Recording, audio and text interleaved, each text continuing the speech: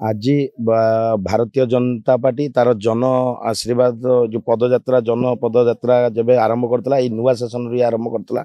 आपण भी जानी विगत दिन में नुआ शासन रे नुआ शासन होता विगत किसी दिन बाई इलेक्शन रे मुख्यमंत्री घोषणा मुख्यमंत्री को ओपाड़ी फोपाड़ी नुआ शासन पंचायत बसी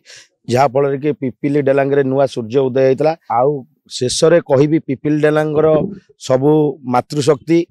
युवशक्ति भोटर भाई भौणी मान मोर विनम्र अनुरोध देखु गोटे तमिल शासन हटातु ओडिशा रे मोदी आसुचंती आपण माने पिपिल डेलांगे संबित भाई रिकु भाई की जितांतु आपण माने तांको कथारे प्रलोभित न होइकी रिकु भाई की संबित भाई की दुईटी पद्म फूल रे भोट दे विपुल आशीर्वाद करते चिंता करंतु ये 25-30 वर्ष ये महारथी परिवार पिपिल डेलांगवासी करिचंदी कोन पिपिल डेलांग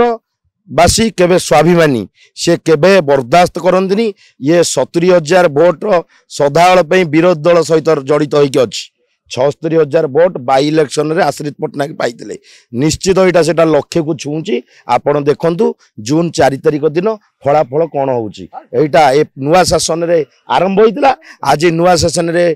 प्रचार शेष होइची लक्ष्मी नृसिंह भरोसा रिकु भाई निश्चित जितिबे देश विदेश रो कोण अनुकोण टेक्निक खबर देखंतु आम सह YouTube Facebook और Instagram रे आमको देखंतु लाइक शेयर और सब्सक्राइब करने को आद्य भूलंतुनी।